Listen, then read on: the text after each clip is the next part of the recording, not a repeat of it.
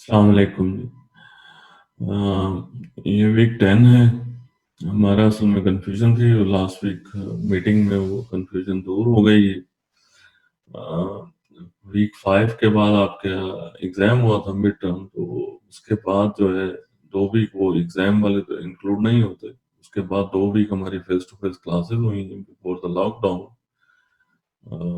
और उसके बाद जो है अब 2 वीक जो है हमें ऑनलाइन क्लासेस होते हैं। ये तो ये और टोटल करें तो ये वीक 9 बन जाते हैं। तो ये अब वीक है, ये वीक 10 है मेरे ख्याल से। ठीक है जी, ये कंफ्यूजन पहले तो दूर करने थी। दूसरा ये है कि प्रीवियस वीक कुछ लोगों ने आंसर दिए हैं क्विज के। कुछ लोगों के डिवाइस का मसला था, कोई मोबाइल यूज कर रहा था। कुछ लोग सबमिट हैं, काफी सारे लोगों ने सबमिट कराए हैं क्विज के मार्क्स। तो जिन लोगों ने नहीं कराए, डिवाइस है या लाइट नहीं थी या कोई भी इश्यूज हैं, ये इश्यूज तो सबके साथ है। उनका हम एंड में मैं एक और क्विज सेट करके उनसे क्विज ले लूंगा। ठीक है, वो मैं आपको एंड ऑफ सेमेस्टर में बता दूंगा कि किस तरह जो क्विज है वो मैंने देना है। बाकी प्रेजेंटेशन स्लाइड्स अगर किसी ने अपलोड नहीं की तो वो अपलोड कर दे, अगर किसी ग्रुप ने नहीं किया अभी तक अपलोड। ठीक है जी।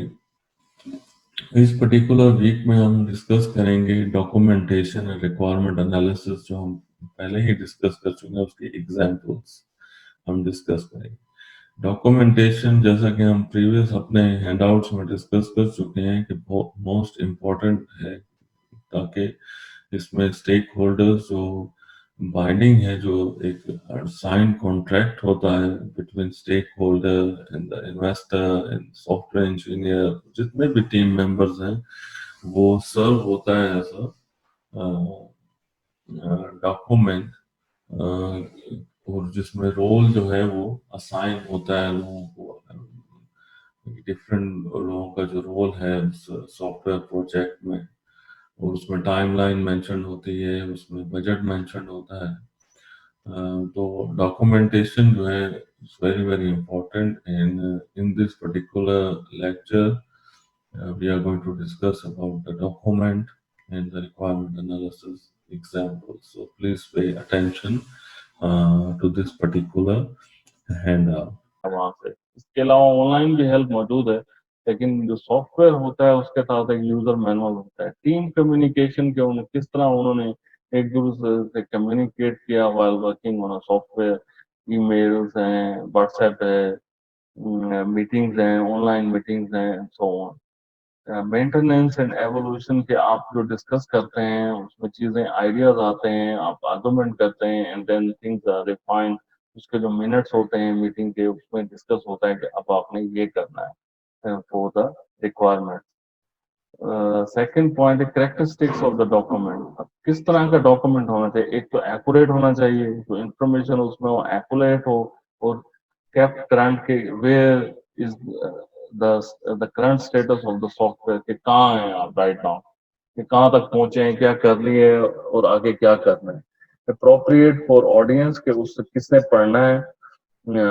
मेंटेन ऑनलाइन यूजुअली, कि आप अपडेट करते रहें मिनट्स को हैं, मीटिंग जो की हुई है सब टीम मेंबर्स के साथ, ताकि हर कोई जो है वो उसको करंट सिचुएशन का पता हो। Simple but professional in style and appearance, के वो इस तरह का आपने डॉक्यूमेंट हो जो कि everybody should read it and understand that particular document regarding the software development.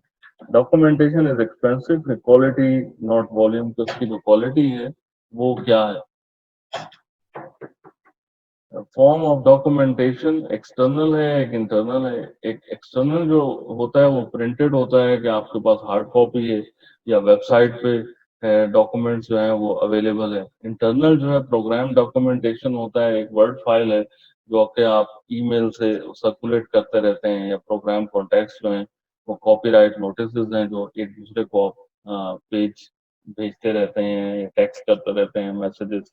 वो इंटरनल है आपका, जो आप डिसाइड कर लेते हैं कि किस तरह आपने व्हाट्सएप ग्रुप फॉर्म किया हुआ है, या ईमेल पे आप एक दूसरे को अपडेट करते रहते हैं, या उस कंपनी की वेबसाइट है जहाँ वो अवेलेबल है, या उसका मैनुअल जो है, जो पुराने रिपोर्ट्स होती हैं when you have work for different companies on software, तो वो सब सॉफ्टवेयर्स की जो रिपोर्ट्स होती हैं वो वहाँ रखी होती हैं उस कंपनी में। तो अगर उनकी वेबसाइट है, मल्टीनेशनल कंपनी है, तो वेबसाइट पे लेसन लर्न उन्होंने लिखा होता है कि क्या मिस्टेक्स आपने की हैं। वो documentation is very very important for any software engineer as well as for the software house और द कंपनी। तो उन्होंने इससे ये पता चलता है कि आपने क्या क्या सॉफ्टवेयर ना सिर्फ किए हैं, लोगों को जब आप बताते हैं कि हमने कंप्यूटर पे ये हमने जो है ना सॉफ्टवेयर बनाए हैं, एप्स बनाए हैं, उनकी डॉक्यूमेंटेशन कि सीखा क्या है अपने, व्हाट वी हैव लर्न, कि हर सॉफ्टवेयर के दौरान कुछ ना कुछ मिस्टेक्स होती हैं जो आप रियलाइज करते हैं कि ये चीज अगर हम इंक्लूड कर लेते it could have been better. तो वो चीज अब जब नेक्स्ट टाइम आपको ऑर्डर आता है या आपसे मिलता है ऑर्डर, ऑर्डर तो नहीं कहना चाहिए, sound like we are working in panda. जो रिक्वेस्ट आती हैं कंपनीज की तरफ से आपके पास, और आप सॉफ्टवेयर पे काम करते हैं, तो उसमें आप वो इंक्लूड करते हैं जो चीजें आप रह गई होती हैं पिछले सॉफ्टवेयर पे जब आप काम कर रहे होते हैं। These diagrams is repeating again and again the waterfall requirements, definition, system design, software and design, programming, unit testing. One by one, I don't need to explain this diagram. It's just for you to refresh yourselves at where we are in this particular chapter. The requirement process. A requirement process means these are the processes what you can see in ellipse, and then the functions what you see in the rectangle. Those rectangles you can see in the blue color. These are the things we are discussing in this particular lecture handout. जैसा कि मैंने आपको कहा कि जो waterfall है, इसके each and every waterfall have 2 to 3 chapters. ये जो वाटरफॉल है इसके चैप्टर्स हैं जो कि हम डिस्कस कर रहे हैं अब, और आज जो हम डिस्कस कर रहे हैं वो रिक्वायरमेंट डॉक्यूमेंट्स है और स्पेसिफिकेशन ऑफ द रिक्वायरमेंट्स है। ये चीजें हैं जो हम डिस्कस कर रहे हैं in this particular handout. No, अगर आप देखें ऊपर ये रिक्वायरमेंट एनालिसिस का, कि उससे पहले फिजिबिलिटी स्टडी है जो परफॉर्म हुई है, और वहां से आप डिसाइड करते हैं, जो कि हम लास्ट हैंड आउट में हम डिस्कस कर चुके हैं, कि आया कि प्रोजेक्ट जो है वो फिजिबल है, हम इस पे काम करें या हम इस पे ना करें काम। And then you start with the requirement analysis कि कहाँ ये इम्प्लीमेंट होना है, जो 5 Ws मैंने आपको बताया। And then you come to the requirement definition and then requirement specification. ये सब चीजें below the processes are there. Requirements documents है, requirement document है, and specification of the requirement है। Requirement analysis, understand the requirements in depth. Domain understanding है, for example a quote investor है, ये book में है, Philips Light Bulbs है। Stake holder Andrew project, जो कि उस प्रोजेक्ट का जो जो इन्वेस्ट कर रहा है, that is the main stakeholder. आप लोग एज अ यूजर, ऑफकोर्स आप लोग भी, जो जो हुएवर इज द यूजर, वो बजाय वो भले वो डिजाइन कर रहा है या वो इस्तेमाल कर रहा है, they are stakeholders, we call them as stakeholder. मसला इसमें ये होता है रिक्वायरमेंट एनालिसिस में, कि आपको डेप्थ में जो है, आपने गहराई में जाके वो चीजें जो है आपने मालूम करनी है कि प्रॉब्लम्स हैं क्या, अगर आप really you want to help that particular company so that they can design a good software and solve those problems they are facing right now। इसी वजह से वो सिस्टम चाह रहे हैं, वरना अगर उनका काम चल रहा है और कोई ऐसी चीज नहीं हो रही, तो फिर उनको सिस्टम की जरूरत ही नहीं है। जैसे अब ग्रोसरी स्टोर हैं, आपने देखे होंगे, ये पहले ये चीजें लाइब्रेरी में आई थी, ये बारकोड एंड सो ऑन।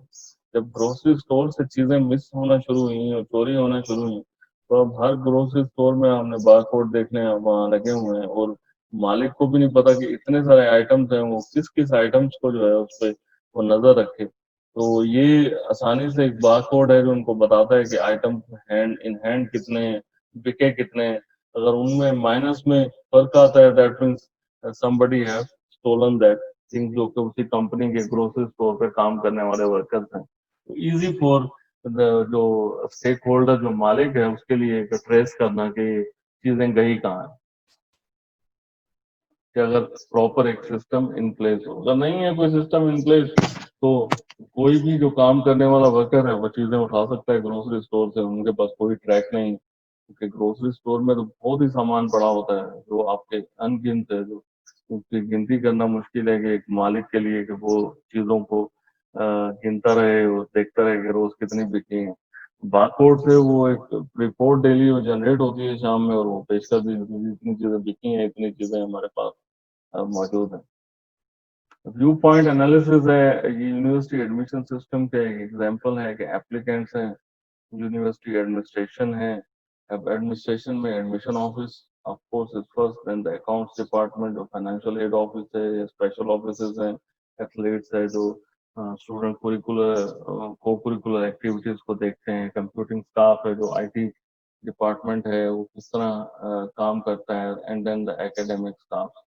ये इस तरह आपने किसी company, when you have to look at the company, you have to identify those sections in that particular company. कि आप देखिए एडमिनिस्ट्रेशन है सेक्शन है, एक एकेडमिक एक सेक्शन है, कंप्यूटर का आईटी डिपार्टमेंट एक सेक्शन है, एंड देन द एप्लीकेंट, जहाँ जो एप्लीकेशंस आती हैं उनकी वो एक सेक्शन आइडेंटिफाई हुआ है। तो this is view point analysis. इस तरह आपने डिफरेंट सेट्स देखने हैं या सेक्शंस देखने हैं किसी कंपनी में, और ये सब सेक्शंस जो है व्हेन वी से यूनिवर्सिटी, तो वो सब सेक्शंस जो है वो इंटरलिंक्ड हैं विद ईच अदर, वो काम कर रहे हैं के लिए। जैसा कि आप कोई एकेडमिक डिपार्टमेंट में है तो अब उसका जो एडमिशन है वो एडमिशन ऑफिस में हुआ हुआ है। अब उसको फिर देखते हैं कि अगर वो ऑथोराइज स्टूडेंट है आपके क्लास में बैठा हुआ है, how you will get go back to the admission office and you will get all the information from him. अब उसके लिए आपको जाने की जरूरत नहीं है एडमिशन ऑफिस, आप सिर्फ उसका यू विल आस्क हिम और हिज आईडी कार्ड, तो वो आईडी कार्ड एंटर करेंगे, आपको इन्फॉर्मेशन आ जाएगी कि this student is belong to this university और नॉट। इंटरव्यूज विद क्लाइंट्स, आप इंटरव्यू करते हैं क्लाइंट से जानने के लिए कि उनको क्या जरूरत है। क्लाइंट्स में है only way concept of requirements, क्योंकि उनका रोल होता है कंपनी में, वो पूरी कंपनी का आपको नहीं बता सकते। तो आपने डिफरेंट सेक्शन से, जैसे कि अकाउंट्स डिपार्टमेंट से है, एडमिशन ऑफिस से है, फैकल्टी से, अब डिफरेंट क्लाइंट से आप इंटरव्यू करते हैं और उनको फिर क्वेश्चंस को मिलाते हैं आपस में, and then you come up with your report. Prepare yourself before you meet with them, जो क्वेश्चंस आपने करने हैं उनके की फुल नोट्स, जो आपने क्वेश्चन किए हैं उनका आंसर है उनको आप लिखिए, डॉक्यूमेंट कीजिए। If you don't understand dwell further, आप फर्दर जा सकते हैं, फर्दर क्वेश्चन कर सकते हैं, नेक्स्ट टाइम मीटिंग कॉल कर सकते हैं। Small group meetings are often most effective, बजाय आप पूरी कंपनी को के क्लाइंट्स को एक रूफ के नीचे बुलाने के, क्योंकि लेक्चर तो आपने देना नहीं है, आपने क्वेश्चन करने हैं। तो उसके लिए बेहतर यही होता है कि आप उनको डिवाइड इन द चंक्स, कि भाई दो दो तीन डिफरेंट डिपार्टमेंट से लोग आ जाएं, आप इंटरव्यू करते चले जाएं, उनको स्केड्यूल कर लें। Clients often confuse the current system with the underlying requirement, तो कंफ्यूज कर देते हैं सिस्टम। ये आप जो सॉफ्टवेयर इंजीनियर या डिजाइनर जिसका व्यू पॉइंट है, वो वहाँ हेल्प करता है उन यूजर्स को, उनके अंडरस्टैंड करता है उनके problems, and then they came up with the suggestion. Requirement analysis organise the requirements के क्या उनकी रिक्वायरमेंट है उस कंपनी की, जिस कंपनी ने आपको सॉफ्टवेयर बनाने के लिए कहा है। क्लासिफिकेशन है तो कोहेरेंट जो रेलेवेंट क्लस्टर्स जो इंफॉर्मेशन है उनको आपने क्लासिफाई करना है, जैसे कि लीगल रिक्वायरमेंट्स है for example. Recognise and resolve conflict, जहाँ कॉन्फ्लिक्ट हो उनको रिकग्नाइज भी करना है और रिजॉल्व भी करना है, फंक्शनैलिटी जो है उनकी वर्सेस कॉस्ट टाइमलीनेस। अब जो फंक्शनैलिटी है तो किस तरह आपने कितने फंक्शंस आपने उसमें रखने हैं, cost kitna, how much the company can pay, and then the time, how long you will take to deliver that particular product. Example है Dartmouth General Ledger System है जो उन लोगों ने वहाँ बनाया है। This book come from US, so the examples also from US. So the names sound I mean unknown, like Dartmouth, strange names. but in West these names are common. Requirement analysis model requirement कि किस तरह आपने उसको document करना है, उसको informal है जो आपकी मीटिंग्स होती हैं, ऑब्जर्वेशन है, आप पढ़ते हैं आर्टिकल, हेयर से है लोगों की। सेकेंड इज सिस्टमैटिक, जो कि प्रोसीजरल मॉडल्स हैं सॉफ्टवेयर इंजीनियरिंग के, जिनके थ्रू आप जो है you get things done. Data centric model है, ऑब्जेक्ट मॉडल्स है, formal models हैं। So these are the models which you can apply to gather or collect the information. तो सिंपल है, जो पेपर एक पेज नजर आ रहा है, half page. So these are the symbol use होने हैं, और this is how we interpret them कि ऑपरेशन कैसे होगा, रेक्टेंगल होगा, डायमंड होगा तो वो डिसीजन होगा, and so on. So university admission का ये फ्लो चार्ट है। आप फर्स्ट देख सकते हैं फॉर्म रिसीव, ये क्या है, मैनुअल ऑपरेशन है। फॉर्म रिसीव्ड, उसमें जो डायमंड है ये डिसीजन है। न्यू अपडेट डेटाबेस के, जो फॉर्म रिसीव हुआ है, डेटाबेस रिकॉर्ड है। नोटिफाई अब स्टूडेंट को करते हैं कि your form has been received through email और एसएमएस। अपडेट होता है डेटाबेस, कंप्लीट होता है वो अगर वो form, notify the student and then send for evaluation. अगर वो इनकम्प्लीट है तो नोटिफाई द स्टूडेंट, अगर वो कंप्लीट है तो send that admission form to for the evaluation.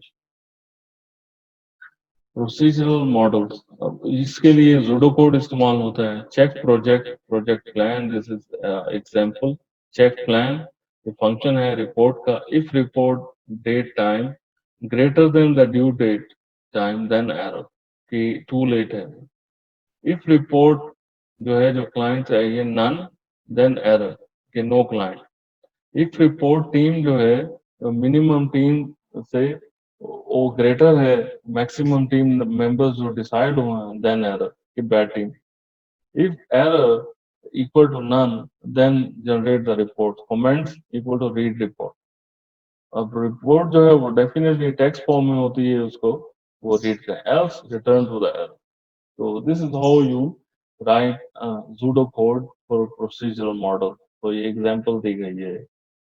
I'm sure you are familiar. This thing is already done in C programming courses in which you have done in your during your degree BS program, whether you have done IT or computer science, दोनों में ये इस्तेमाल होता है। और आपने नहीं भी किया होगा तो कहीं ना कहीं तस्वीर या पिक्चर के नाम जरूर सुना होगा इसका ड्यूरिंग डिग्री टाइम।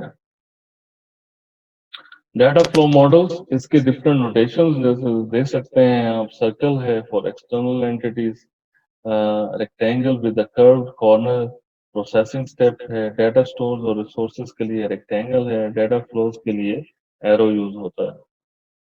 तो let us look at the example admission की एप्लीकेंट्स। ये अपने हमने external entities, because he is not no longer part of the university. External है, application है, ये process receive application, completed application, evaluate, उसके बाद decision है, rejection है या offer है admission। Next example है, applicant है जो कि external है, receive application, application is completed, acknowledge, sent to the what they call the student।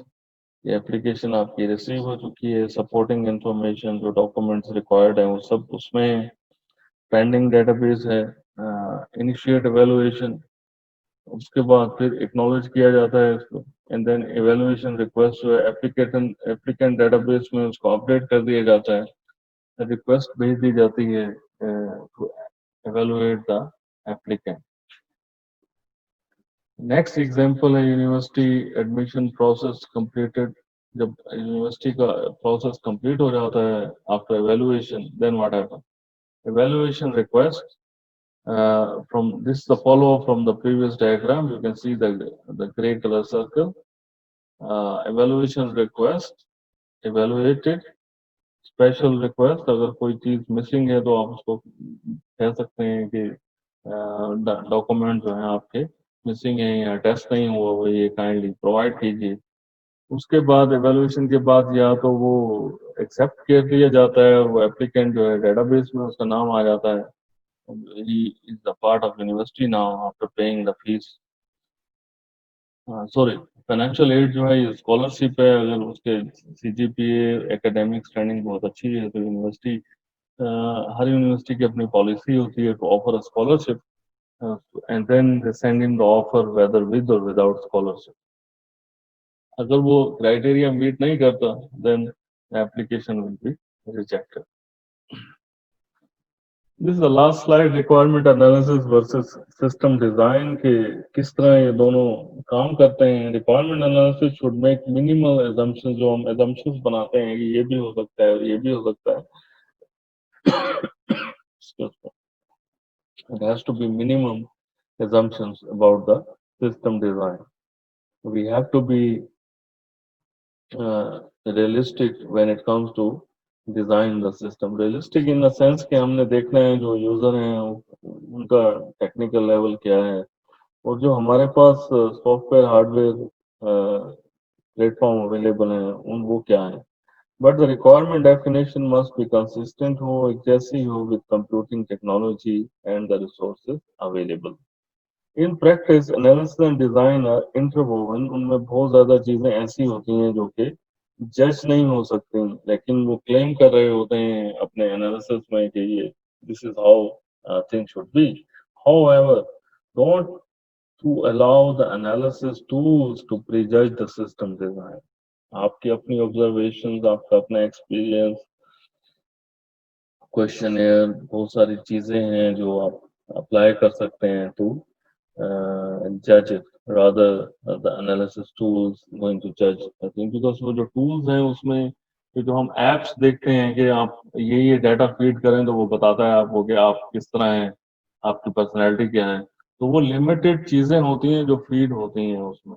उसमें बहुत सारी चीजें होती हैं वो फीड ही नहीं होती, जिस तरह आप हॉरोस्कोप है कि आपका दिन कैसा गुजरेगा, तो सम पीपल, क्योंकि वो इंफॉर्मेशन उसमें फीड हुई है वो बताता है आज का दिन आपका कैसा गुजरा, लेकिन जरूरी नहीं है कि वो सबका दिन ऐसा ही गुजरे जो वहाँ लिखा हुआ होता है। तो उसकी वजह यह है कि जो डाटा, जो इंफॉर्मेशन उस ऐप के लिए प्रोवाइड की गई है वो लिमिटेड है, यही वजह होती है। तो आप इन्हें एक टूल पर रिलाय नहीं करना, हमने क्वेश्चन है, ऑब्जर्वेशन है, रिपोर्ट्स हैं, वो सब चीज़ों को देखकर उसके बाद ही आपने सजेशंस देनी है सिस्टम डिजाइन के लिए, उसमें मजीद मॉडिफिकेशन की। This was the last slide.